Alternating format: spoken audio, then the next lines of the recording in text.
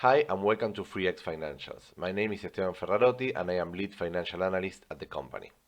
At FreeX Financials, we do not only give services to companies, but we also provide consulting for property owners of real estate investments. In this case, what we do is to give a set of data analysis and deep information to make decisions and to improve the profitability of their portfolios. So today we are going to share with you some of the tips and advices that we give our customers. So this video is about 5 tips for single family home property investment, strategies for successful property investing. So let's dive into the video. So the first tip is to time the market, right? Timing the market, key to successful property investments. So watching market cycles is crucial to avoid buying properties at peak prices. Understanding the timing can lead to profitable investments. What do we say when we talk about understanding market cycles?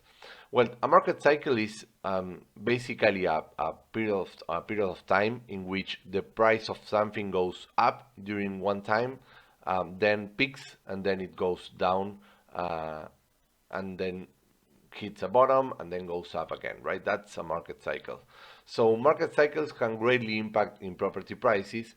By monitoring trends, investors can avoid purchasing at peak prices and maximize profits. I mean, if you buy a property that is expensive and then the property reduces its values because you bought at the peak price, you will have to wait several years maybe till you can recover the price of the property. So despite the fact that you can actually earn money with the rent, in terms of profitability in relation to the investment, it will not be that good as if you buy in the bottom of the market. So one way to look at market cycles is through an indicator that is called the Case-Shiller.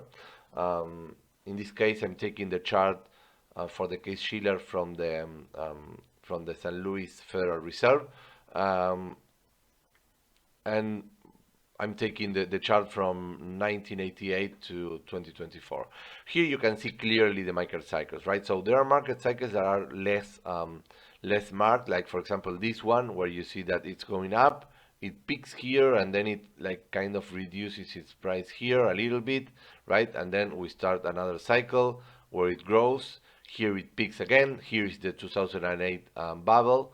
As you can see, the prices started to decrease before the bubble exploded.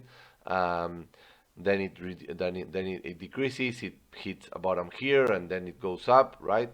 Here, for example, we had a small pause in the market cycle where properties prices were reduced in 2022, and again it goes up, right? So as you can see, market cycles can be really long in terms of years, right? So timing the market and buying in the correct market timing, it's one of the best ways to get more profit out of your properties. Of course, Case-Shiller indicator is not the only one. There are several, and there's several indicators that should be analyzed. Case-Shiller is just one of them that it's easy to use and where you can see clearly the market cycles. But you should conduct a market analysis and review the prices maybe of the city specifically where you're going to buy, to see or to review in deep in which part of the cycle is the city that you are buying or the place where you are buying properties. Also because there are some places that are less or more resistant to market cycles, to low market cycles, and other places that are less resistant where you can see higher drops in property prices, right? So then first tip is to review market prices. So by doing that, by reviewing the market, by analyzing in which part of the cycle you are, basically what you will be doing is to do strategic investment decisions, right? So making informed decisions based on market trends can determine investment success. Timing purchases during low cycles can lead to higher returns in the long run. So that's the key. Buy low.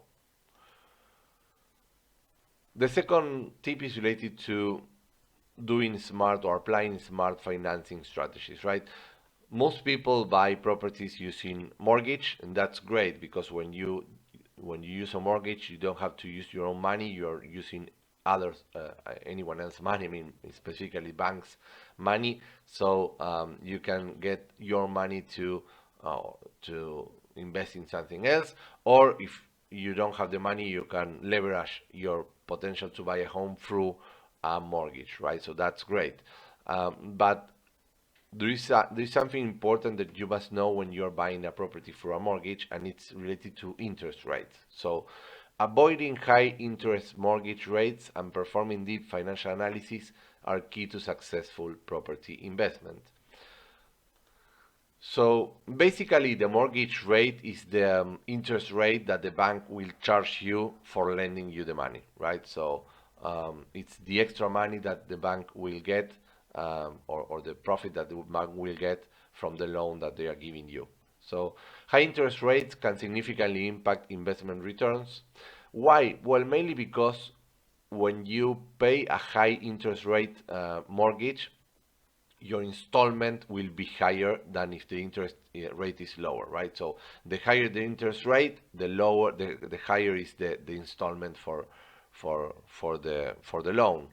And the problem is that if you have a high installment, what it could happen is that you may end up paying more for your loan than what you are getting out of the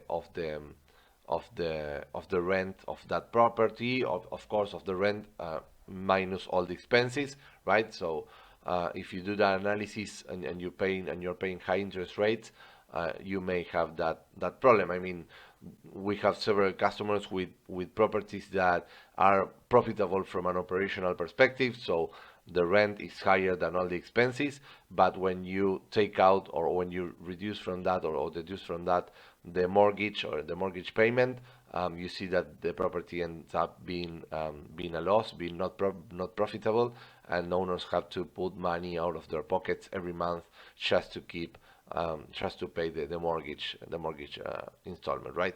So that's really important.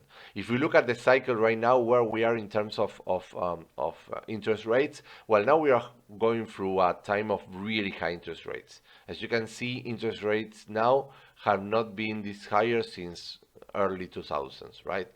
2000, 2002. So they are really, really high right now, right? Of course, that when interest rates are high, in general, markets tend to or market cycles tend to start decreasing, right? Because people buy less homes, because they don't have the money and they cannot access a mortgage because of the high interest rates.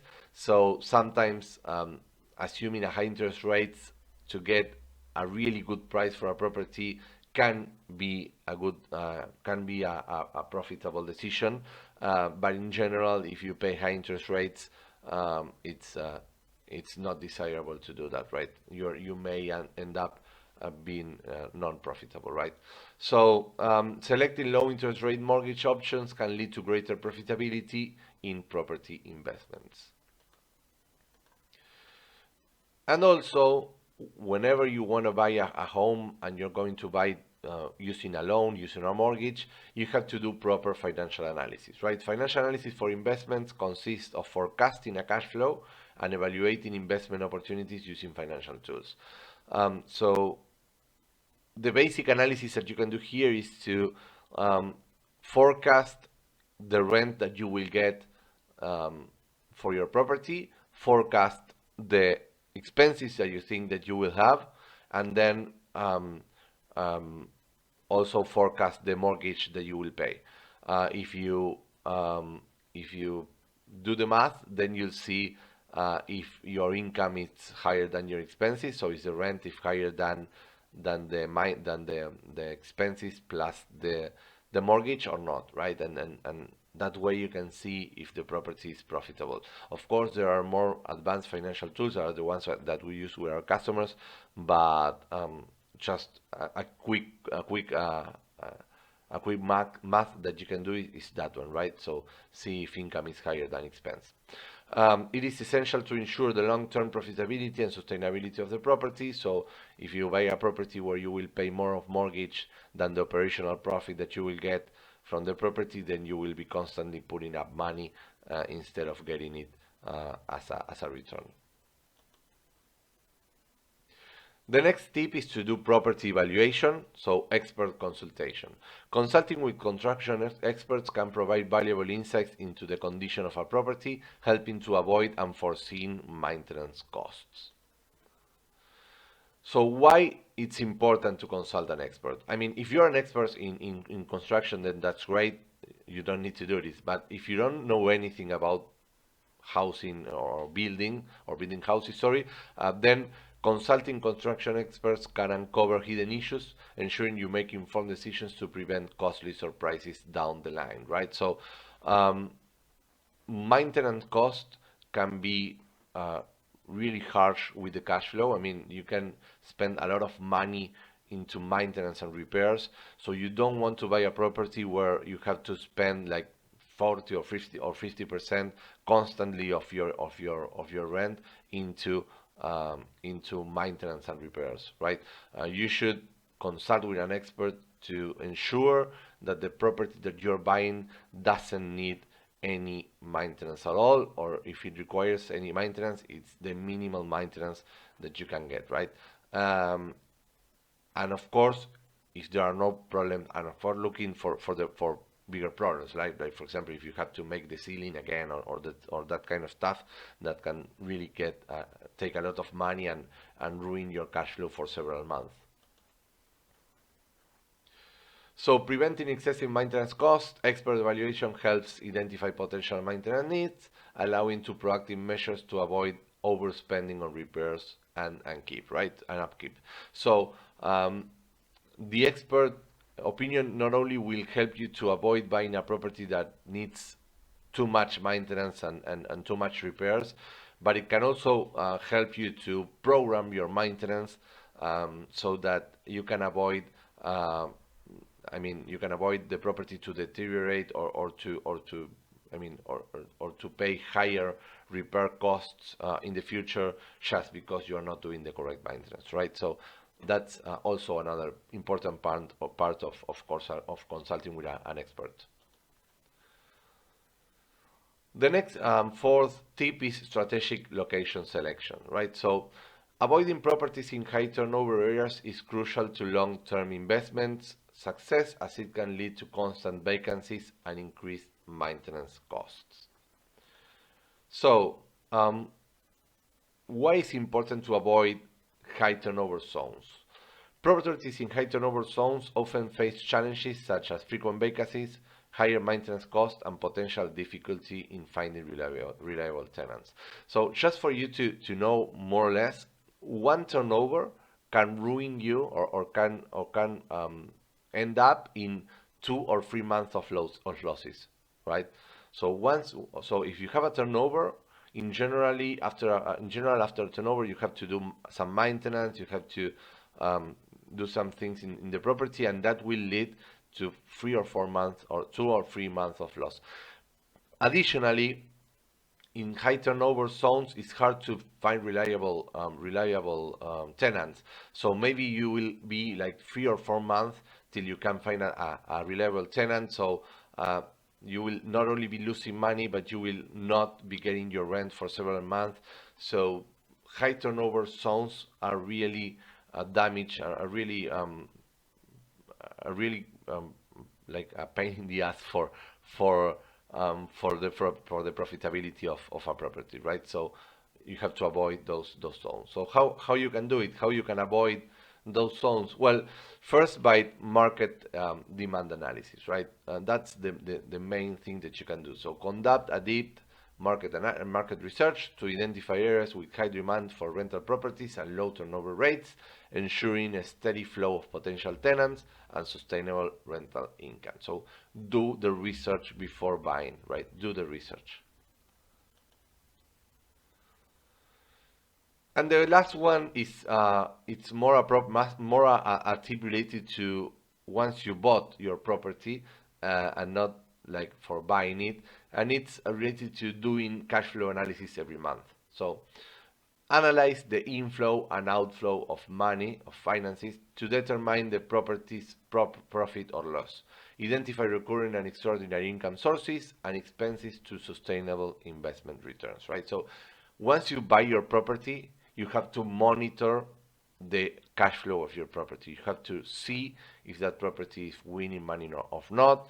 You have to see where are the expenses, or which are the expenses, which are the categories that are expending more money, like if it's your mortgage, if it's maintenance, if it's repairs, if it's advertising, for example.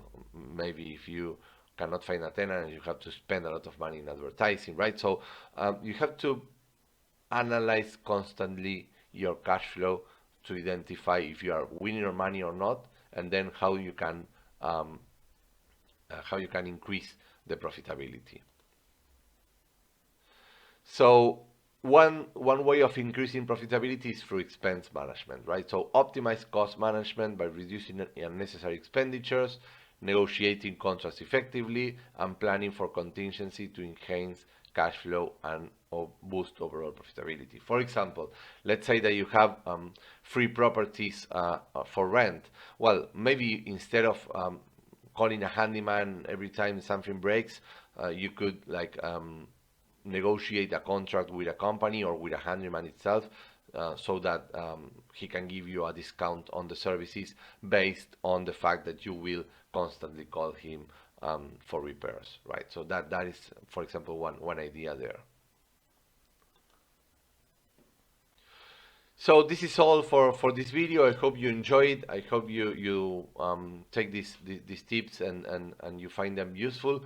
And we'll see you in the next video. Remember that if you want to see information about 3X Financials, you can click on the link below and in the description below. Sorry, and also remember to give like to the video and subscribe if you think that this content is interesting for you. Okay, see you.